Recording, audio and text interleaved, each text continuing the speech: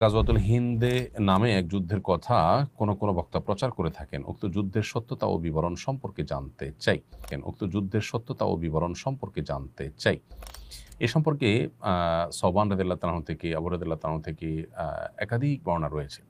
এর মধ্যে সওবান রাদিয়াল্লাহু তাআলা বর্ণিত হাদিসটি সহিহ। সেখানে আমরা দেখতে পাই যে নবী সাল্লাল্লাহু আলাইহি ওয়াসাল্লাম ২ টি যুদ্ধের ব্যাপারে আমাদেরকে ভবিষ্যদ্বাণী করে গেছেন। একটা হলো হিন্দুস্তানে যেটি হবে, আরেকটি হলো ঈসা আলাইহিস সালামের সাথে কিছু লোক লড়বে। তো এই হাদিসটি মোটামুটি গ্রহণযোগ্যতার লেভেলে যায়। এছাড়া আবু রাদিয়াল্লাহু তাআলা থেকে একই হাদিস ৩ টি সূত্রে বর্ণিত হয়েছে। সবগুলো সূত্রেই দুর্বলতা আছে। কিন্তু একই বিষয়ে আরো হাদিস থাকার কারণে সে দুর্বলতা কেটে অনেকে এটাকে হাসান লিগাইরিহি বা অন্য কারণে এটি গ্রহণযোগ্যতার লেভেল পর্যন্ত পৌঁছেছে বলে বলেন। এর বাইরে আবু রাদিয়াল্লাহু তাআলা থেকে আরো একটি তো ৩ টি সূত্রে বর্ণিত আছে। আর আরেকটি হাদিসে তার কাছ থেকে বর্ণিত হয়েছে যেখানে বিজয়ের ভবিষ্যদ্বাণী রয়েছে এবং আ সেই যুদ্ধ হবে, যুদ্ধে মুসলমানরা বিজয়ী হবেন এবং শেষ জামানায় এটি অনুষ্ঠিত হবে এরকম কথাও রয়েছে। তবে সেটা সনদে কিছুটা দুর্বল। মোটা দাগে এই হাদিসগুলোকে এনালাইসিস করার পর উলামায়ে কেরাম অনেকেই বলেছে যে এটি নবী সাল্লাল্লাহু আলাইহি ওয়াসাল্লামের একটি ভবিষ্যদ্বাণী। এটি আ হতে পারে যে গত হয়ে গেছে। কারণ ইতিপূর্বে যে যুদ্ধগুলো হয়েছে বিশেষ করে মোহাম্মদ বিন কাসিমের নেতৃত্বে, তারপর সুলতান মাহমুদ রাহিমাহুল্লাহ আ তা তার নেতৃত্বে যে যুদ্ধ হয়েছে অনেকে বলেছেন সেটাই গজওয়াতুল হিন্দ। এবং আ এক্ষেত্রে মুফতি শফি সাহেব রহমতুল্লাহ আলাইহি পাকিস্তানের সাবেক গ্র্যান্ড মুফতি ছিলেন এবং মুফতি তাকি উসমান সাহেবের বাবা রাহিমাহুল্লাহ তাঁর মতে হিন্দুস্তানের জিহাদকারী যেকোনো বাহিনীর ক্ষেত্রে সুসংবাদ প্রযোজ্য হতে পারে। আবার কেউ বলেছেন গজওয়াতুল হিন্দ এটা ঈসা ইসলামের আগমনের ঠিক আগ মুহূর্তে হবে। কারণ কোনো হাদিসে কিন্তু সেটিই বলা হয়েছে। যেমন সওবান রাদিয়াল্লাহু বর্ণিত হাদিসে কিন্তু যেভাবে বলা হয়েছে তাতে বোঝা যায় যে ঈসা আলাইহিস সালামের আগমনের কাছাকাছি। তাছাড়া আবু রাদিয়াল্লাহু তাআলা বর্ণিত শেষ হাদিসটিতেও বোঝা যাচ্ছে এটি শেষ মুহূর্তে কিয়ামতের আগ মুহূর্তে হবে ঈসা আলাইহিস সালামের ঘটনার কাছাকাছি সময়ে। তো হাদিসটি মোটামুটি বিভিন্ন ভাবে বর্ণিত হয়েছে। অতএব এটিকে একেবারে উড়িয়ে দেওয়ার মতো নয়। আবার স্পেসিফিক কোনো ঘটনাকেও এটাই গজওয়াতুল হিন্দ এরকম বলে নির্ধারণ করাও কঠিন। তবে আ কিয়ামতের আলামত সংক্রান্ত মৌলিক একটা নীতিমালা আছে। যেমন আমরা দেখি শেখ মোহাম্মদ আল আরিফি, ডক্টর মোহাম্মদ আল আরিফি সৌদি আরবের একজন প্রসিদ্ধ আলেম দ্বীন। তার একটা বই আছে আশরাতুস সাআহ, আরেকটা আছে নেহায়াতুল আলম। কিয়ামতের আলামতসমূহ বড় বই আছে। নেহায়াতুল আলম আরেকটা বই আছে। তো আ তার এই আশরাতুস সাআহ বা নেহায়াতুল আলম বইয়ে তিনি লিখেছেন যে কিয়ামতের আলামতসমূহের ক্ষেত্রে মৌলিক কিছু নীতিমালা বা কিছু প্রিন্সিপাল আছে ওলামায়ে কেরামের মধ্যে। তার মধ্যে একটা হলো যে নবী সাল্লাল্লাহু আলাইহি ওয়াসাল্লাম কোনো ঘটনা ঘটবে বলেছেন, সেটার যদি স্পেসিফিক কোনো কিছু ইন্ডিকেট তিনি করে না যেয়ে থাকেন, তাহলে সেক্ষেত্রে কোনো বিশেষ ঘটনাকেই সেটা ফিট করা। এটা মানে কিয়ামতের হাদিস, কিয়ামত সংশ্লিষ্ট বা ভবিষ্যদ্বাণী সংশ্লিষ্ট হাদিসগুলোর ব্যাখ্যার যে মৌলিক নীতিমালা তার পরিপন্থী। এজন্য আ সুনির্দিষ্ট ঘটনাকে এটাই গজওয়াতুল হিন্দ এরকম বলাটা আসলে কঠিন। বিশেষ করে যখন বিভিন্ন হাদিসে এটাকে ঈসা ইসলামের কাছাকাছি সময়ে বলা হয়েছে। আবার কিছু হাদিসে জেনারেলি বলা হয়েছে সে সমস্ত হাদিসের আলোকে অনেক যুদ্ধ ইতিপূর্বে হয়ে গেছে, সেগুলোও হতে পারে। অর্থাৎ বিষয়টিকে চূড়ান্ত করে বলা কঠিন। তবে হ্যাঁ, মোটা দাগে এটি ঘটার বিষয়ে হাদিসের বর্ণনাকে উড়িয়ে দেওয়ার কোনো সুযোগ নেই। ভারত-পাকিস্তান যুদ্ধে আমরা কি করতে পারি? দেখুন, প্রথমত ভারত-পাকিস্তানের এই যুদ্ধে একজন মুসলিম হিসেবে সন্দেহাতীতভাবে আমরা মাজলুমদের সাথে থাকব। আমাদের প্রতিবেশী উভয়ে, তার মধ্যে ভারত নিকটতম প্রতিবেশী। তারপরও আ নিকটতম প্রতিবেশী হওয়া সত্ত্বেও ভারত এক্ষেত্রে পাকিস্তানে যে আক্রমণ করেছে আমরা দেখতে পেয়েছি যে ভারতে যে আ দুর্ঘটনা ঘটেছে, যে হামলা হয়েছে সেখানে অনেকগুলো মানুষের প্রাণ হানি হয়েছে। এই ঘটনার দায় পাকিস্তানের উপরে চাপিয়ে যে হামলা করা হয়েছে সেই দায়টা সাব্যস্ত হওয়ার আগেই সেখানে তারা হামলা করেছেন।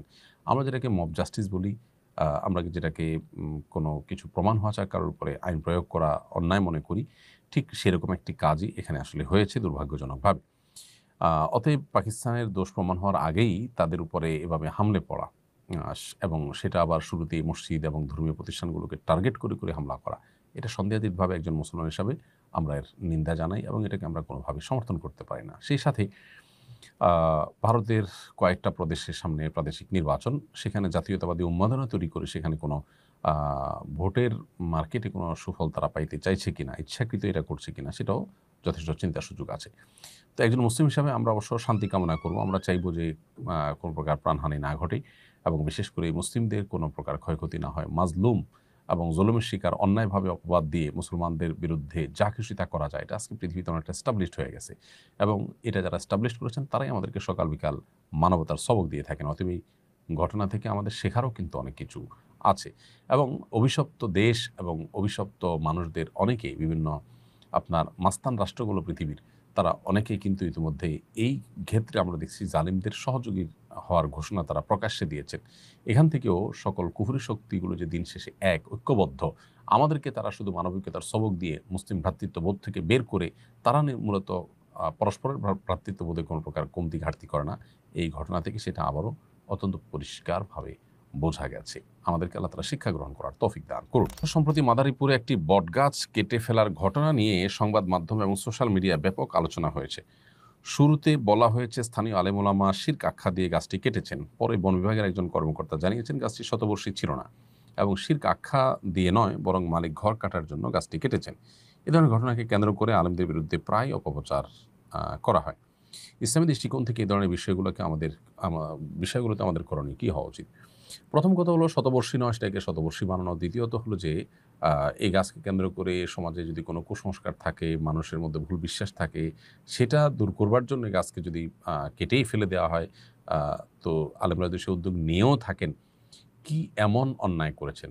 একটা গাছ কেটেছেন, যদি কেটেন, বিষয়টি সেরকম ঘটেনি, আমরা ইতিমধ্যে সে নিশ্চিত হলাম। ধরা যাক এরকম ঘটনা ঘটেছেও, এটাকে যেভাবে ফলাও করে প্রকাশ করা হলো, প্রচার করা হলো, মানুষ কুসংস্কারে নিমজ্জিত থাকবে, শিরকে লিপ্ত হবে, সেটা থেকে বাঁচাবার জন্য গাছের মালিককে কনভিন্স করে যদি সেটা কাটার উদ্যোগ নেওয়া হয়, সেখানে তো অন্যায় কিছু নেই।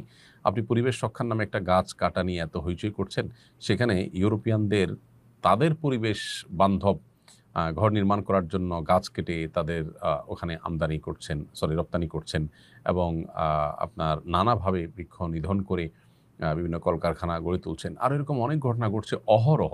সেগুলোকে তো এইভাবে ফুলিয়ে পাপিয়ে প্রকাশ করতে দেখা যায় না। আসলে আলেম ওলামা এবং ইসলামকে কাঠগড়ায় দাঁড় করাবার একটা প্রচেষ্টা আমরা মিডিয়াগুলোর অনেকগুলোতে দেখতে পাই, খুবই দুর্ভাগ্যজনক।